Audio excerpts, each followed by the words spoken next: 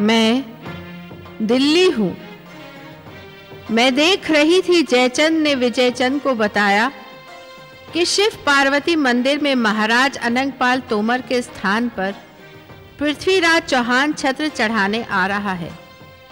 इधर बालूका राय ने अपनी पत्नी से तलवार मांगी तो पत्नी ने उसे अधर्म के लिए तलवार देने से इनकार कर दिया। जयचंद जब बालूका राय को रोकने के लिए उसके महल में पहुंचा तो बालूका राय जा चुका था और रानी ने उसे चेतावनी दी कि अगर बालूका राय को कुछ हो गया तो उसका उत्तरदायित्व जयचंद पर होगा। इधर महाराज पृथ्वीराज ने सपना देखा कि किसी ने उनकी पीठ में खंजर घोंप दिया है। यह सपना उनके लिए किसी संकट का संकेत था। उधर महाराज सोमेश्वर पलाश क्षेत्र में पहुंच चुके थे, जहां बालूका राय और दुर्जन सिंह पहले से ही मौजूद थे। दुर्जन ने उन पर आक्रमण किया, मगर महाराज सोमेश्वर का साथ दे रहा था भंवर सिंह। तब महाराज सोमेश्वर ने दुर्जन सिंह को समाप्त तो कर दिया, मगर बालूका राय ने उनकी पीठ पर पीछे से वार किया।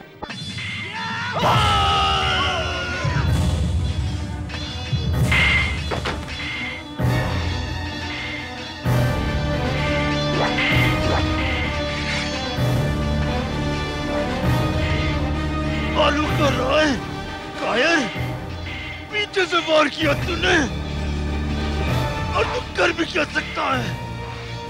कायर पिता की कायर संतान। अरे जिसने महाराज अनंगपाल तोमर को जल से मारने का षड्यंत्र रचा, अच्छा हुआ तू मेरे सामने। सब लोग मिलकर टूट पड़ो, आज ये जीवित न जाने पाए।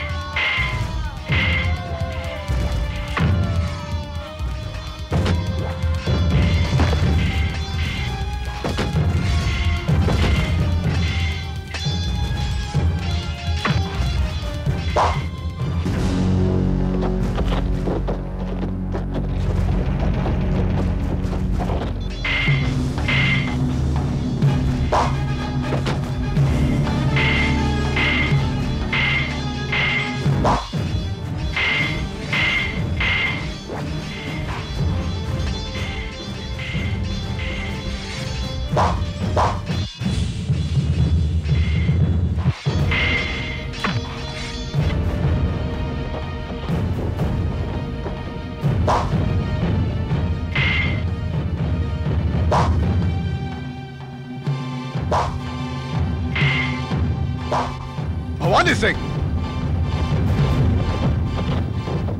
भवानी सिंह। जी महाराज। देख रहे हो एक अकेले व्यक्ति पर कितने सारे लोग वार कर रहे हैं। जी महाराज। हमें इसकी सहायता करनी चाहिए। चंदवरदाई, तुम छत्र के साथ आओ। चलो।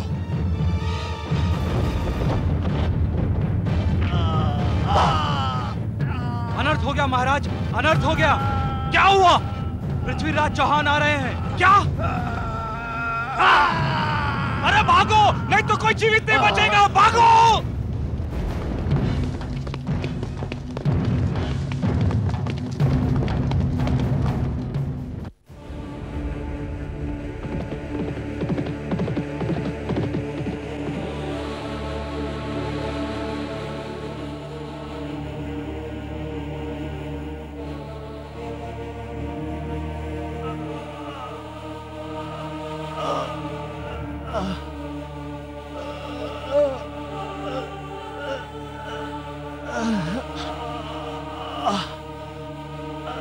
लगता है बहुत घायल हो जी गया है। महाराज।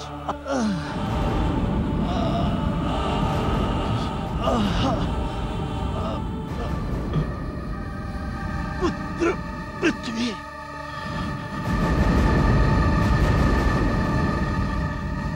बाबा साहब, बाबा साहब, बाबा साहब, ये बाबा साहब। अच्छा हुआ पुत्र पृथ्वी, तुम यहाँ आ गए। हाँ बाबा साहब, लेकिन आप यहाँ कैसे? मुझे समाचार मिला था कि महाराज अनंगपाल तोमर मंदिर में छत्र चढ़ाने आ रहे हैं और बालूका राय ने उनका इसी क्षेत्र में वध करने की योजना बनाई है। मुझे इसकी सूचना डाकू पवर सिंह ने दी, जिसने मेरे प्राण बचाते बचाते अपने प्राण त्याग दिए। मगर पृथ्वी, तुम यहाँ कैसे? बाबा साहब, अस्वस्थ होने के कारण नाना सा छत्र चढ़ाने नहीं आ सके, तो उनके स्थान पर मैं जा रहा था छत्र चढ़ाने। लेकिन बाबा साहब, वो लोग जो आप पर हमला कर रहे थे और मुझे देखकर भाग गए, कौन थे वो लोग? और कौन होगा? कायर पिता का कायर पुत्र बालूका राय। क्या? बालूका राय? हाँ पुत्र पृथ्वी, योजना तो यही थी उसकी, महाराज अनंगपाल तोमर के वध की। मगर कायर बालूका राय अपनी इस योजना में सफल नहीं हो सका। मैं उसे जीवित नहीं छोड़ूंगा, नहीं छोड़ूंगा मैं उसे। नहीं पुत्र पृथ्वी, अभी नहीं, मेरे पास समय बहुत कम है। मुझे तुमसे बातें करनी है। कहिए बाबा साहब, कहिए बाबा साहब। पृथ्वी, पृथ्वी, कहिए बाबा साहब। बाबा साहब, बाबा साहब, बाबा साहब, बाबा साहब, बाबा साहब, बाबा साहब, बाबा साहब,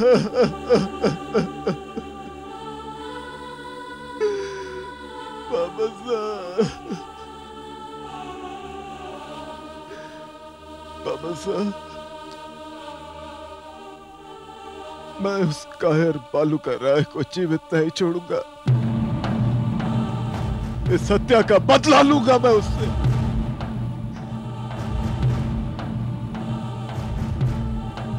उस पापी ने इस पवित्र क्षेत्र में मानव रक्त की होली खेली है। मैं भी इस धरती को उसका रक्त पिलाऊंगा बाबा साहब, जीवित नहीं छोड़ूंगा मैं उसे।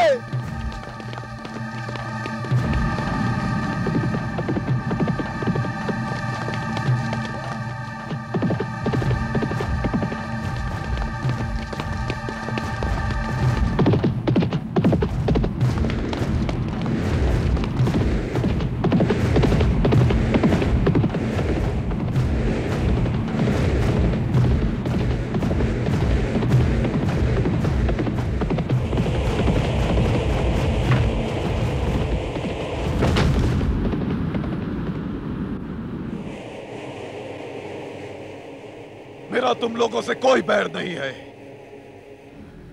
मैं जानता हूं कि इस कायर की आज्ञा मानना तुम लोगों की विवशता है, लेकिन तुम्हारी मृत्यु भी निश्चित है। फिर भी मैं तुम्हें जीने का एक अवसर देता हूं। मेरा प्रतिशोध केवल बालूका राय के साथ है। तुम लोग अपने शस्त्र फेंक दो और चले जाओ यहां से। नहीं, नहीं, मत फेंकना, मत फेंकना। अरे मत जाओ, मत जाओ। अरे अपने महाराज को छोड़ के कहां जा रहे हो? मत जाओ, वापस आ जाओ। बालूका राय, नीच, कायर, तूने मेरे बाबा साहब की हत्या की है। नहीं नहीं महाराज, मैंने आपके बाबा साहब को नहीं मारा महाराज, मैंने नहीं मारा। वो डाकू दुर्जय सिंह ने आपके बाबा साहब को मारा महाराज। इसी बात के लिए मैंने उसे मृत्यु दंड दिया। मेरी बात का यकीन कीजिए महाराज। दोस्त बालूका राय, झूठ छल और कपट तो तेरे लहू में है। नहीं महाराज नहीं, मुझे बाबा साहब ने सब कुछ बता दिया है। तूने एक नहीं तीन अपराध किए हैं बालूका राय। नहीं महाराज नहीं। पहला अपराध के तूने हत्या की। नहीं महाराज नहीं। दूसरा अपराध के तूने छल से हत्या की। नहीं महाराज नहीं। हाँ! और तीसरा अपराध तूने एक पुत्र के पिता की हत्या। नहीं महाराज नहीं। बालूका राय, अगर मेरे बस में होता तो मैं 3 बार तुझे जान से मारता। नहीं महाराज नहीं। उठा तलवार। नहीं महाराज नहीं। उठा तलवार। नहीं। उठा।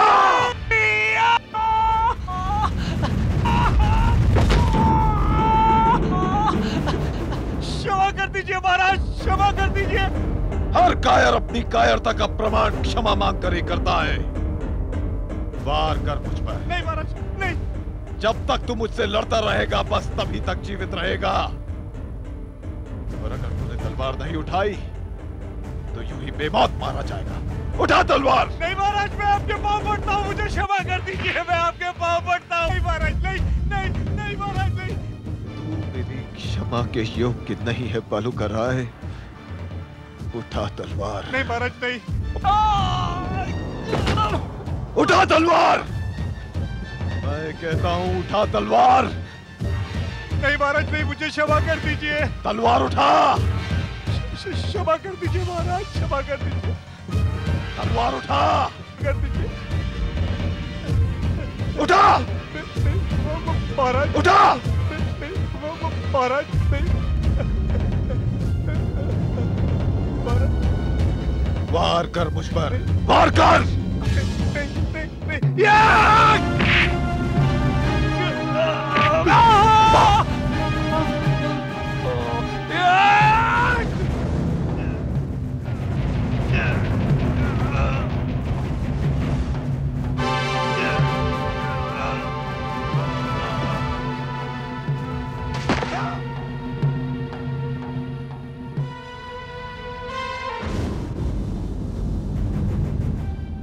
मैंने अपने बाबा साहब के वध का प्रतिशोध तो ले लिया है इससे।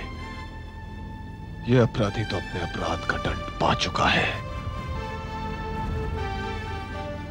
लेकिन असली अपराधी तो अब तक जीवित है। जयचंद और विजयचंद।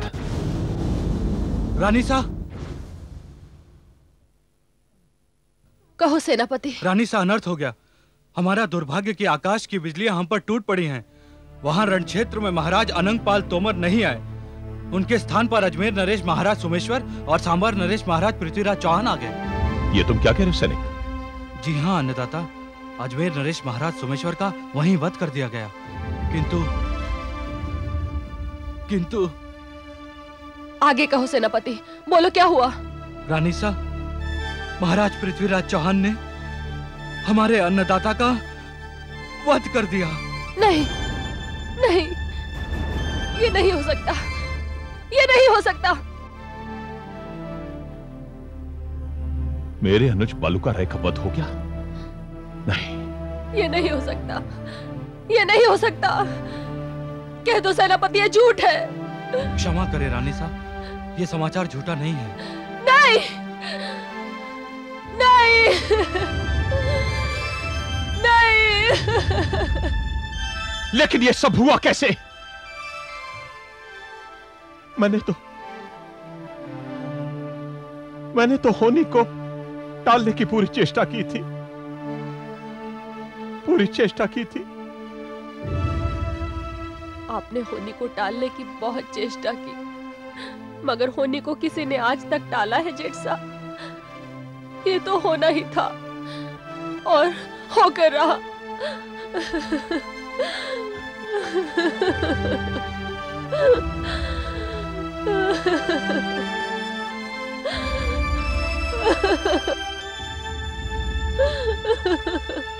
मगर तुम तो जानती हो बहुरानी कि मैंने अपनी तरफ से पूरी कोशिश की थी। क्या कोशिश की आपने? आप तो सीधे यहाँ आकर रुक गए। जेठ साहब, आपको तो उस ओर जाना चाहिए था जिस ओर आपके अनुज गए थे, मगर आप में इतना साहस कहाँ? आप तो कायरों की भांति यहाँ पर बैठकर अपने अनुज के वापस आने की प्रतीक्षा करने लगे। वो नहीं आए जेठ साहब, मगर उनका समाचार आ गया। ये तुम क्या कह रही हो बहुरानी? तुम मुझे कायर कहकर मेरा अपमान कर रही हो। मैं आपका अपमान नहीं कर रही हूँ जेठ साहब, बल्कि आपने मेरा मंगलसूत्र छीनकर मेरे सतीत्व का अपमान किया है। आपने मेरे जीवन की कहानी का यही अंत कर दिया। अपने बैर के कारण इस देश की लाखों विधवाओं की तरह आपने मुझे उसी स्थान पर लाकर खड़ा कर दिया है जहां विधवाएं अपने सुहाग के लिए रोते रोते अपने प्राण त्याग देती है। जेठ साहब, मेरी मांग का सिंदूर उजड़ गया, मेरी मांग का सिंदूर धुल गया। अब तो आपको चैन आ गया ना? बहुरानी, तुम शतरानी हो। पृथ्वीराज चौहान हमारा ही शत्रु नहीं, तुम्हारा भी शत्रु है। उसने तुम्हारे पति की हत्या की है। अपने सैनिकों को आदेश दो कि वो पृथ्वीराज चौहान को घेर ले और मंदिर पहुंचने से पहले ही उसके टुकड़े टुकड़े कर डाले। जेठ साहब,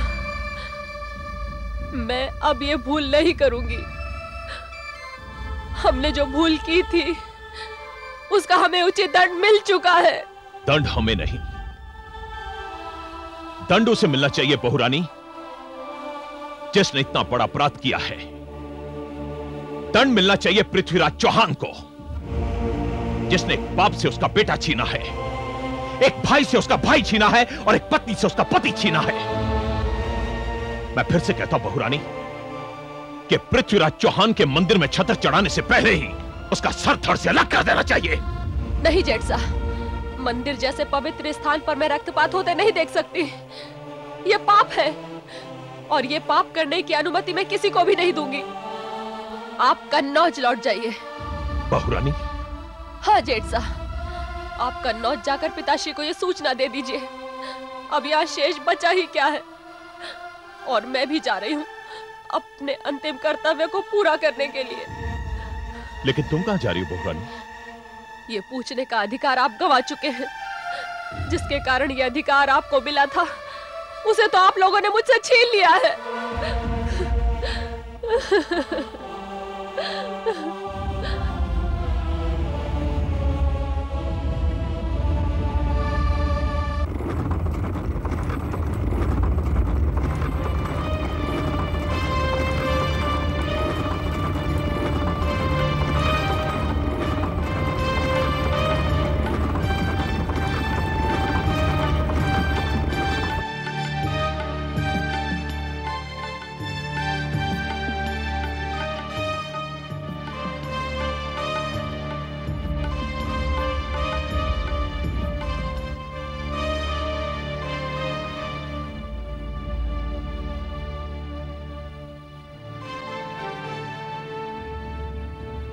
चंदुवरदाई, हमने तो सपने में भी नहीं सोचा था कि मंदिर पर छत्र चढ़ाने के लिए हमें इस तरह के रक्तपात का सामना करना पड़ेगा। जो कुछ भी हुआ अच्छा नहीं हुआ। महाराज, जो कुछ भी हुआ है उसे मां भवानी की इच्छा ही समझिए।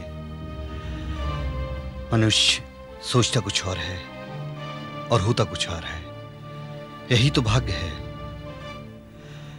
अब हमें सब कुछ भूलकर महाराज के अंतिम संस्कार की व्यवस्था करनी चाहिए। हाँ महाराज, और अब हमें सबसे कठिन कार्य यह करना है कि महाराज की मृत्यु का समाचार अजमेर के साथ साथ इंद्रप्रस्थ भी पहुंचाना है। हाँ चंद्रप्रताप, यही सोचकर तो हमारा हृदय कांप जाता है कि यह समाचार सुनकर क्या बीतेगी मां साहब पर और क्या बीतेगी नाना साहब पर। सत्य है महाराज। फिर बालूका राय का शव हमारे अधिकार में है, उसका भी अंतिम संस्कार करना है। मगर महाराज, उसके अंतिम संस्कार की चिंता हम क्यों करें? मित्र, बालू का राय लाख हमारा शत्रु सही, मगर नीति के अनुसार हमें उसके अंतिम संस्कार की व्यवस्था करनी ही होगी, क्योंकि हमें नहीं लगता कि अब कोई उसका शव लेने आएगा यहां। और अगर हम उसका शव पहुंचाने गए तो इसका अर्थ होगा कि एक युद्ध और। अब इस क्षेत्र में और कोई युद्ध नहीं होगा। महाराज सांभर नरेश, पृथ्वीराज चौहान शत्रु होने के नाते शिष्टाचार, प्रणाम, नमस्कार हमारे लिए अर्थहीन है। क्षमा करें देवी, हमने आज से पूर्व आपको कभी नहीं देखा। कौन है आप? महाराज, जिस सूरमा का शव इस धरती की धूल में पड़ा हुआ है, मैं उसकी पत्नी हूं। बालू का राय की पत्नी? सांभर नरेश, मैं आपसे अपने पति का शव मांगने आई हूं, ताकि उनकी अंतिम यात्रा राजकीय सम्मान के साथ पूरी हो सके। देवी, मैं आपकी धीरता, आपके साहस और आपके आत्मविश्वास के सामने नतमस्तक हूं। नमस्कार करता हूं मैं आपको, मगर इस कार्य के लिए तो राज्य का कोई भी जिम्मेदार व्यक्ति आ सकता था। महाराज, क्षमा करें, यह प्रश्न एक दूसरे पर विश्वास का है, मगर जहां छल हो, कपट हो, एक दूसरे के प्रति मन में घृणा हो, जिसके कारण एक दूसरे पर कायरतापूर्वक आक्रमण करने की नीति रही हो, तो फिर हमारे राज्य में कोई जिम्मेदार पुरुष कहां बचेगा? महाराज, मेरी तरह केवल स्त्रियां होंगी जिन्हें अपने सगे संबंधियों का शव लेने के लिए मेरी ही तरह आना पड़ेगा। क्षमा करें देवी, मैं आपके इस आरोप को स्वीकार नहीं करूंगा। मैंने आपके पति पर कायरतापूर्ण आक्रमण नहीं किया। कायरता का प्रमाण तो उन्होंने दिया था, डाकुओं से संधि करके मेरे नानासा महाराज अनंगपाल तोमर की हत्या की योजना बनाई। मैं आपसे प्रश्न करता हूं, क्या आपको आपके पति ने इस योजना के बारे में सूचना नहीं दी थी? और अगर दी थी, तो आप भी इस योजना में भागीदार हैं।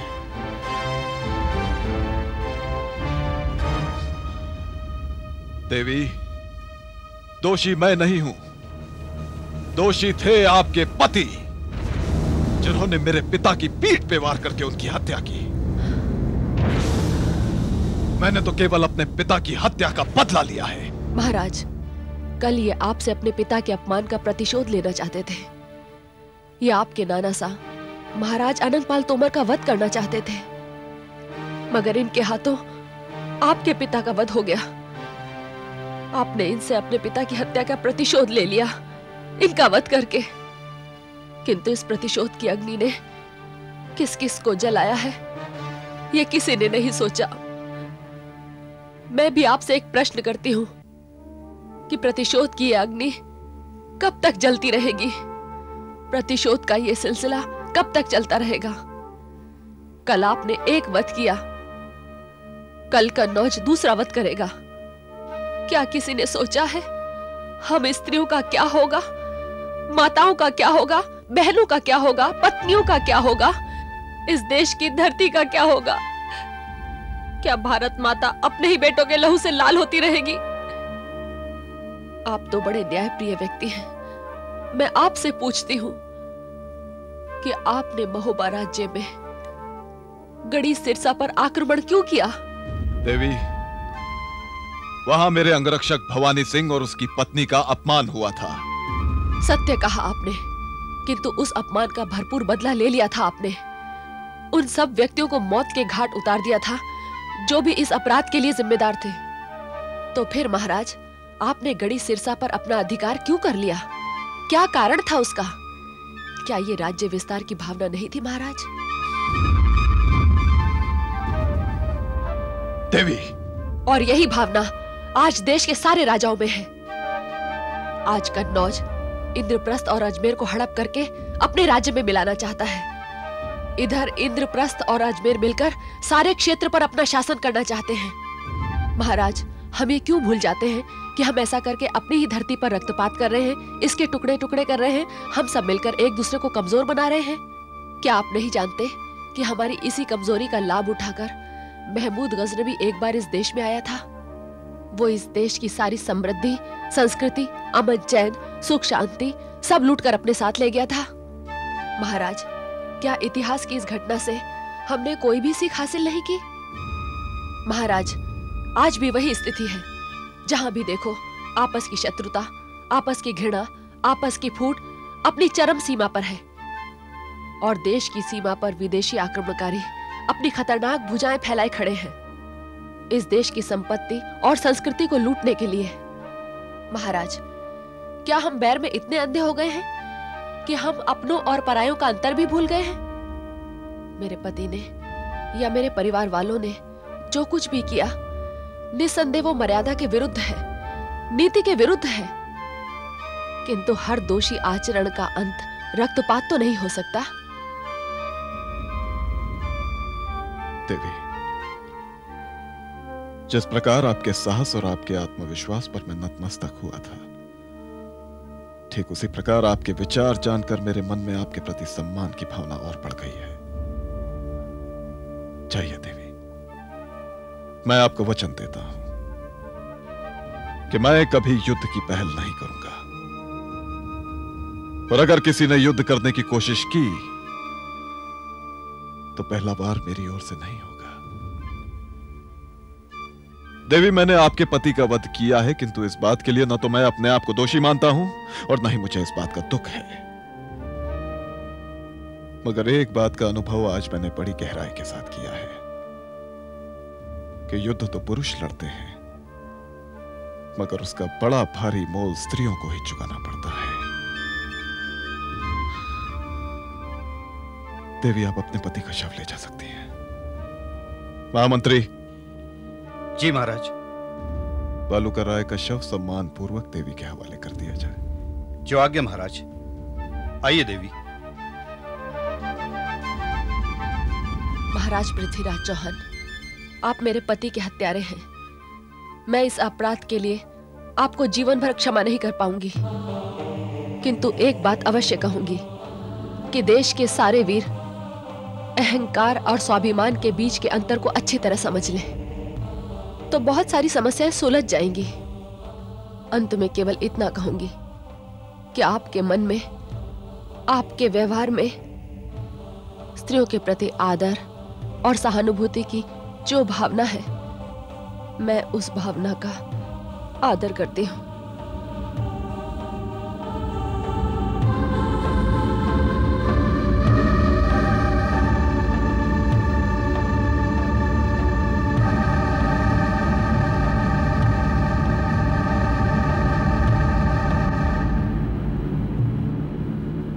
ये आपने क्या किया महाराज? चंद्रवरदाई, ये भारत की स्त्री है, भारत की गरिमा है, और मैं स्त्री की इसी गरिमा को माथे से लगाकर इसे सम्मान दे रहा हूं।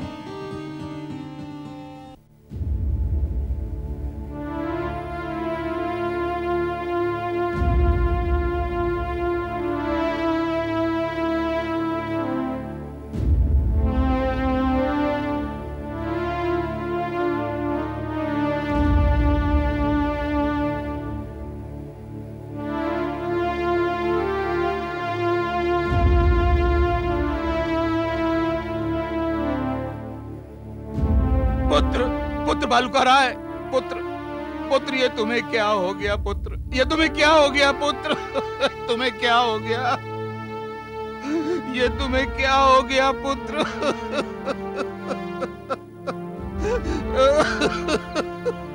ये तुम्हें क्या हो गया पुत्र?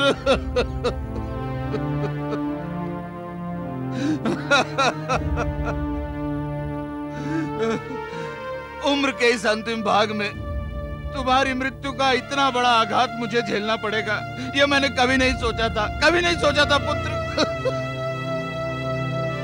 हमारी अंतिम यात्रा तुम्हारे कंधों पर होनी थी पुत्र, तुम्हारे कंधों पर। लेकिन ये क्या, आज तुम्हारी अंतिम यात्रा हमारे कंधों पर होने जा रही है पुत्र।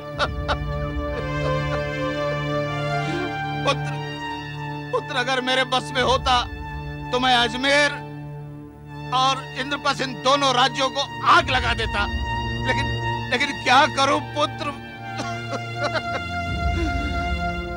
तुम्हारी मृत्यु का कारण मैं हूं पुत्र, मैं हूं तुम्हारी मृत्यु का कारण।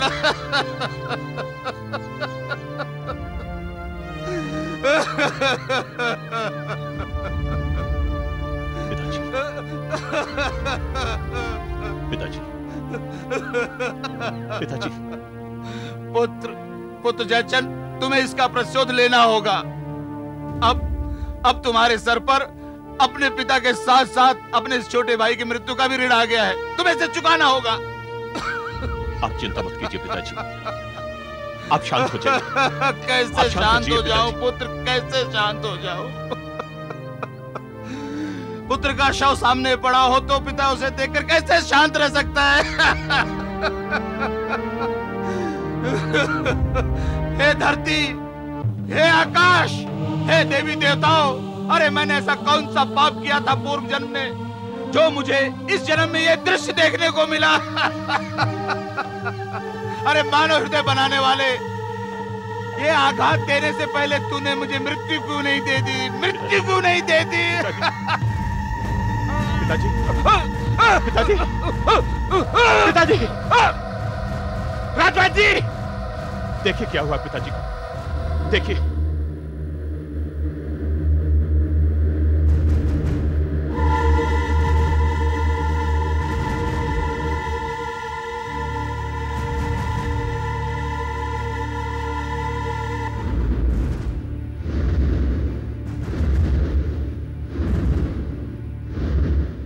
वैद्यराज जी, वैद्यराज जी, आप बोलते क्यों नहीं?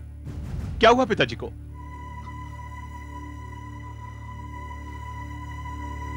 अन्नदाता, अत्यंत खेद के साथ कहना पड़ता है कि महाराज हम सबको छोड़कर चले गए।